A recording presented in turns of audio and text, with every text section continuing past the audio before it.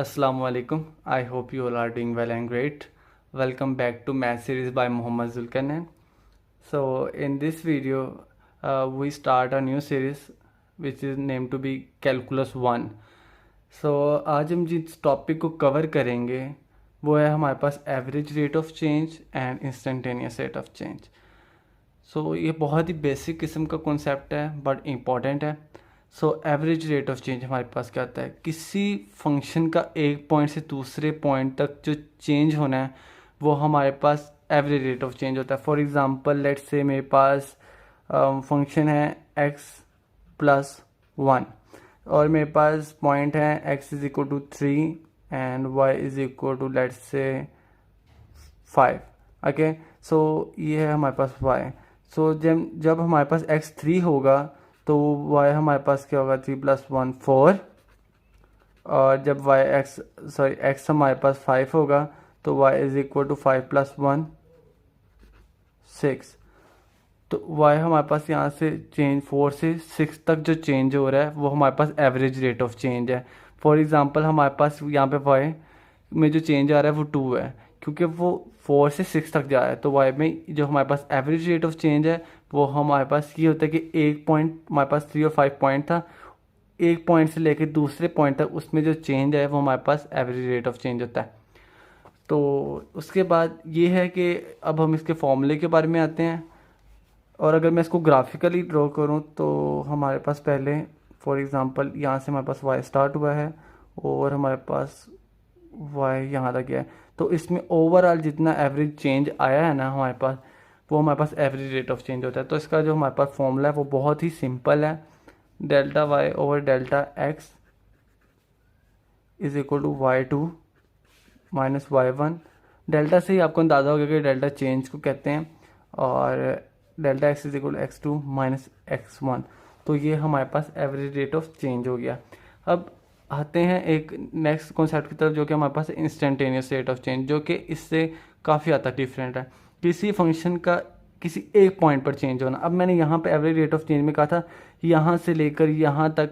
Flat से ये हमारे पास पॉइंट है y1 और ये हमारे पास y2. तो y1 से लेकर y2 में जितना चेंज आया है वो एवरेज रेट ऑफ चेंज है हमारे पास कि कितना इसमें चेंज है. बट हमारे पास इंस्टेंटेनियस रेट ऑफ चेंज ये होता है कि किसी एक पर्टिकुलर पॉइंट, लेट्स से मेरे पास यही एक ग्राफ है ये, तो किसी एक पॉइंट पे जो हमारे पास y के चेंज आता है ना, फंक्शन का चेंज, मैं यहाँ पे फंक्शन को y से रिप्रेजेंट कर रहा हूँ.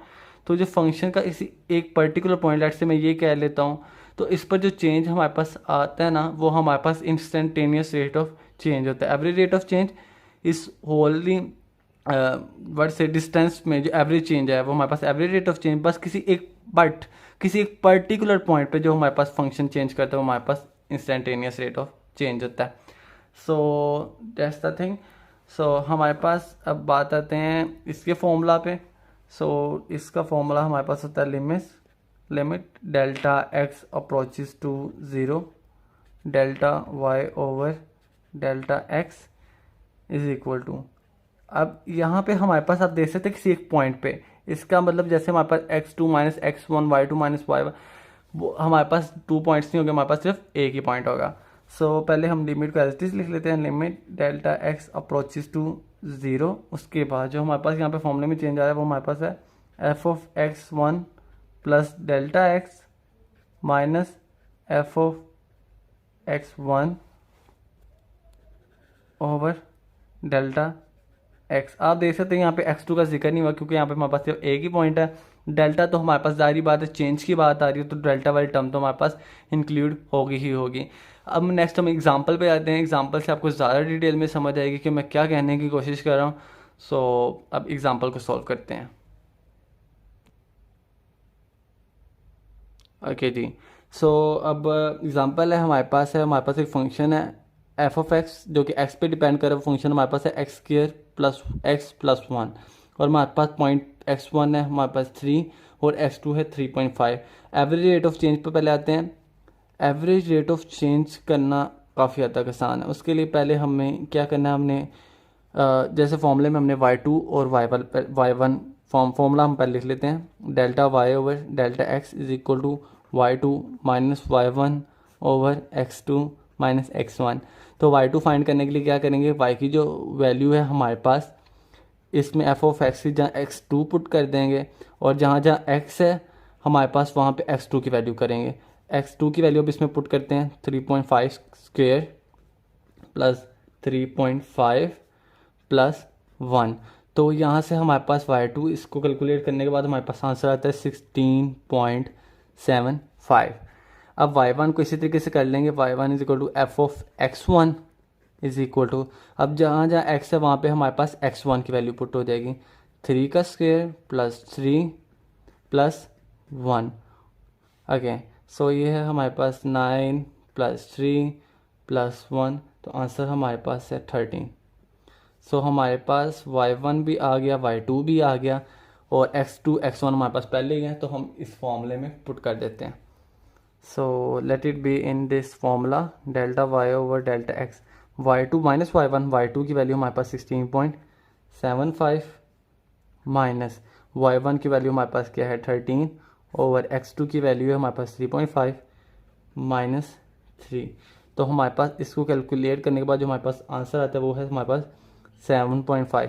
तो जो एवरेज रेट ऑफ चेंज है हमारे पास, एवरेज रेट ऑफ चेंज हमारे पास आ रहा है 7.5। सो आपको अब समझ आ गया हो कि एवरेज रेट ऑफ चेंज हमने कैसे कैलकुलेट करना है। सो अब हम आते हैं इंस्टेंटेनियस रेट ऑफ चेंज। हमारा पहला पॉइंट क्लियर हो चुका है। अब next instantaneous rate of change को कैसे कैलकुलेट करते हैं, वो एक ट्विस्ट है, वो हम आपको बताते हैं। ओके जी, सो हमने अब इंस्टेंटेनियस रेट ऑफ चेंज की बात करनी है। नेक्स्ट पेज में इक्वेशन भी लिख लिया ताकि हमें बार बार पीछे ना देखना पड़े, और फॉर्मूला भी लिख लिया। तो फॉर्मूला जाहिर बात इसको सॉल्व करने के लिए हमें ये वैल्यूज़ चाहिए। तो पहले हम आपको मैं बताऊंगा कि F of x plus delta x कैसे फाइंड करते हैं। एफ ऑफ एक्स हमारे पास है x square plus x plus 1। अब F of x plus delta x कैसे आएगा, तो जहाँ जहाँ हमारे पास एक्स है उसमें हमने simply x plus delta x put करना है। जैसे यहाँ पे एक्स प्लस डेल्टा एक्स का whole square plus x square x की जहाँ आएगा x plus delta x plus 1। अब हमारे पास ये भी आ गया। ओके, सो उसके बाद अब हम x1 हम इस फॉर्मूले में ये पुट करते हैं। पहले हम फॉर्मूले में हम limit delta x approaches to 0, पहले हम ना फॉर्मूले को मॉडिफाई कर लेंगे, is equal to limit delta x approaches to 0। अब एफ ऑफ x1 की जहाँ हमारे पास क्या 3 plus delta x minus F of x1 की जहाँ हमारे पास क्या आ जाएगा 3 आ जाएगा। मैं इस फॉर्मूले में पुट कर रहा हूँ और नीचे हमारे पास डेल्टा एक्स आ गया। ओके, सो अब हमने सिंपली क्या करना है, एफ ऑफ हमारे पास हमें इनकी वैल्यूज़ सारी बात पुट करनी है। तो अब हम इसको पहले तो हम क्या करेंगे कि अभी हमने इसको अगर मैं इसमें मॉडिफाई करूं F of 3 plus delta x, क्योंकि एक्स जहाँ हमारे पास क्या है यहाँ पे 3 है, तो क्या होगा 3 प्लस डेल्टा एक्स का whole square plus 3 plus delta x plus 1। हमारे पास f of 3 plus delta x की वैल्यू निकल आई। एफ ऑफ 3 हमें पता है कि जहाँ जहाँ हमारे पास एफ ऑफ एक्स रिलेटेड भी एक्स जहाँ हमारे पास अब क्या आ रहा है x1 की value 3, F of 3 is equal to 3 का square plus 3 plus 1।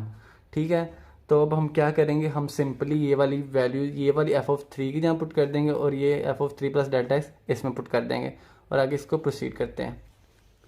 Is equal to limit delta x approaches to 0।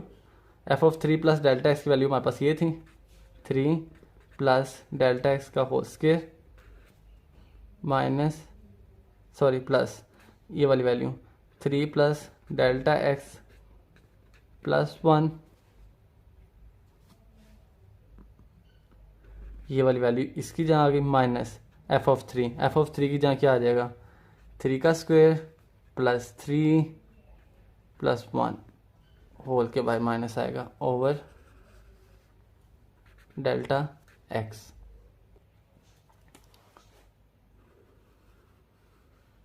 तो अब हम क्या करेंगे, हम इनको एक्सपेंड कर लेंगे। Is equal to limit delta x approaches to 0। अब हम इसको एक्सपेंड कर लेंगे, क्या होगा होल स्क्वायर ओपन करें 9 प्लस डेल्टा एक्स का square plus 2 into A B होता है ना हमारे पास, तो यहाँ पे होगा 6 delta x plus 3 plus delta x as it is plus 1, और इसको भी हम ओपन कर लेते हैं, -9 -3 एंड -1 ओवर डेल्टा एक्स हमारे पास आ गया।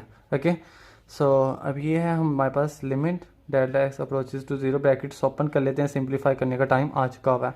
9 प्लस डेल्टा एक्स का square plus 6 delta x plus 3 plus delta x plus 1 -9 -3 -1 आपको ओवर डेल्टा एक्स। सो ये तो हमें ये भी दिख रहा है, देन 3 -3 से कट जाएगा, 1 -1 से कट जाएगा, तो हमारे पास जो वैल्यूज़ रह जाएंगी, पहले हम ये लिख लेते हैं, limit delta x approaches to 0, delta x का स्क्वायर रह जाएगा plus 6 delta x plus delta x, ये हमारे पास 6 है ओवर डेल्टा एक्स। सो उसके बाद ये है कि हम इसमें से हमें दिख रहा है कि हम डेल्टा एक्स कॉमन ले सकते हैं। तो इसमें एक और ये ट्विस्ट है कि हम इस साथ सॉल्व कर रहे हैं क्योंकि हमें पता है कि डेल्टा एक्स 0 को अप्रोच कर रहा है, तो हमारे पास जब 0 नीचे आ जाए डिनोमिनेटर में तो हमारे पास वो इनफाइनाइट वैल्यू हो जाती है, जो कि हम नहीं चाहते।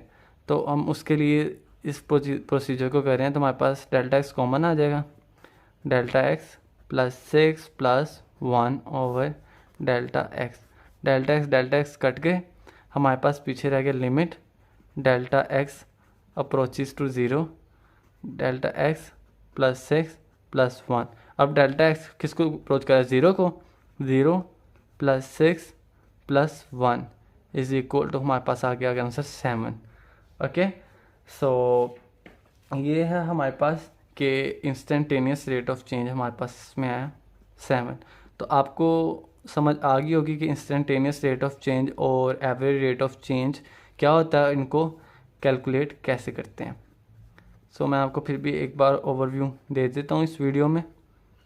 सो ये फर्स्ट ऑफ ऑल हमने बताया कि एवरेज रेट ऑफ चेंज हमारे पास क्या होता है, देन उसके बाद हमने इंस्टेंटेनियस रेट ऑफ चेंज और उसके फॉर्मूले के बारे में बताया, देन हमने विद रिस्पेक्ट टू एग्जांपल हमने इसको सॉल्व किया है, और साथ सॉल्व करने के बाद हमने बताया कि instantaneous rate of change for this equation और average rate of change for this equation हमारे पास आंसर क्या आया है।